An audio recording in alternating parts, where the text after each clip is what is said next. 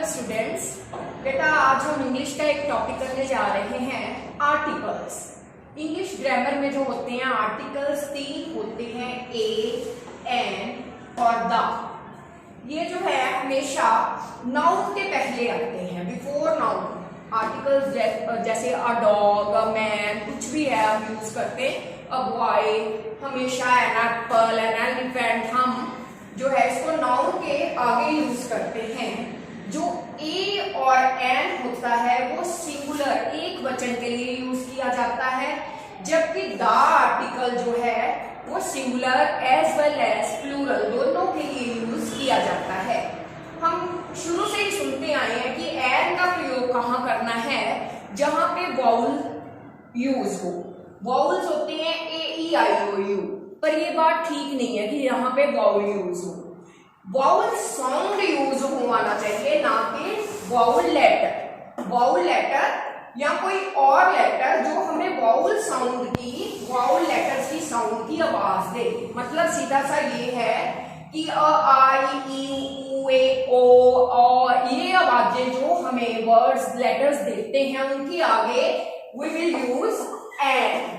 Otherwise क से लेकर य तक की जो आवाजें हैं, कॉन्सोनेंट्स की जो साउंड्स, जो लेटर्स दे रहे हैं, उन सभी के आगे एक वचन के लिए एक कहना होगा, तो ए का प्रयोग होगा। अब मेरे पास कुछ एग्जांपल है, जैसे मैं आपको बताती हूँ। एन एप्पल, ठीक है, एप्पल ए की आवाज दे रहा है, वाउल साउंड भी है, वाउल लेटर भी है, that's why we will use an. अब इसकी जगह अगर मैं यूज करूं ऑनेस्ट, HONEST, ये जो H है, this is not a vowel letter, this is a consonant, but we will use an before it. हम इसके आगे एन यूज करते हैं because it gives the sound of ओ। H is silent here. हम इसको पढ़ते हॉनेस्ट नहीं पढ़ते, हम इसको ऑनेस्ट पढ़ते हैं। ओ की आवाज आती है, वाउल साउंड की आवाज आती है, तो हम इसके आगे he is an honest person बोलेंगे, ही इज नहीं बोलेंगे, ठीक है। यानी कि अब इसका एक और मैं बताती हूँ, जैसे यूनिवर्सिटी है, यू इज ए वाउल, लेकिन यहाँ पे किस चीज की साउंड दे रहा है, य की जो साउंड होती है वो वाउल साउंड नहीं होती, इसलिए हम यूनिवर्सिटी के आगे ए लगाएंगे, यहाँ पे एन नहीं लगेगा। अगर हम देखें तो यू तो वैसे तो जो है वो वाउल है, लेकिन साउंड किस चीज की दे रहा है, य की, इसलिए यूनिवर्सिटी के आगे ए लगेगा।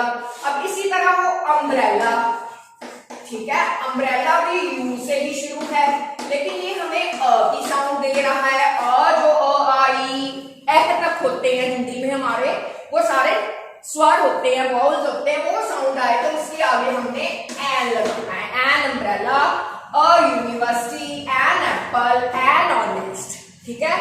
अदरवाइज क से य तक कोई भी चीज आ जाए हमने ए लगाना है। अ डॉग, ठीक है, अ बैट, ब की आवाज है, ड की आवाज है, तो we will use a before it, ठीक है। अब द की बात करें, द जो है वो सिंगल के लिए भी यूज होता है, एक वचन के लिए भी और बहुवचन के लिए। द की जो है ये डेफिनेट आर्टिकल होता है, ए और एन जो है वो इनडेफिनेट आर्टिकल होते हैं, उनके बारे में हमें पक्का नहीं पता। जैसे मैं कह सकती हूँ कि दैट इज ए डॉग, ठीक है, कि पक्का नहीं पता कि वो कौन सा डॉग है, किसका डॉग है। अब वहां पे हम ए यूज करेंगे। जब द आता है, जैसे यूनिवर्स में एक ही चीज डेफिनेट है कि स्काई एक ही है, उसके आगे हम द लगाएंगे। सन एक ही है, सन के आगे द लगेगा कि पक्का एक ही सन है, निश्चित है। ये जो द होता है डेफिनेट के लिए यूज होता है, ठीक है।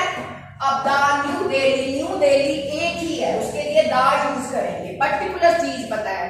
अब बॉय है, हम बॉय के लिए अ बॉय भी यूज कर सकते हैं, द बॉय भी। जैसे मान लो मैं कहती हूँ the boy in blue shirt is my brother, क्यों पर्टिकुलर मुझे पता है कि वो लड़का जिसने नीली कमीज पहनी है वो मेरा भाई है, वो मैं एक पर्टिकुलर बंदे के लिए बात कर रही हूँ, वहां पे वी विल यूज द, ठीक है। Otherwise we will use a boy is playing, कोई लड़का खेल रहा है, ठीक है। मतलब द का मतलब है निश्चित है कि ये वो ही बंदा है, ठीक है। The boys of the third class are making noise, कि पक्का पता है कि थर्ड क्लास के लड़के ही शोर मचा रहे हैं। जब पक्का है तब हम द यूज करेंगे। ये सिंगुलर के लिए भी यूज होता है, प्लूरल के लिए भी होता है, ए और एन सिंगुलर के लिए होता है। ये हमेशा ही नाउन के आगे यूज होते हैं, ठीक है जी। मेरे को लगता है अब आपको आर्टिकल्स के बारे में सब कुछ क्लियर हो गया होगा। आप अपनी एक्सरसाइज में आर्टिकल्स का क्वेश्चन ढूंढिए और you will try to attempt it. मेरे को लगता है कि आपका बिल्कुल ठीक जाएगा। अगर आपको मेरी वीडियो पसंद आए तो प्लीज लाइक जरूर करना। Thank you.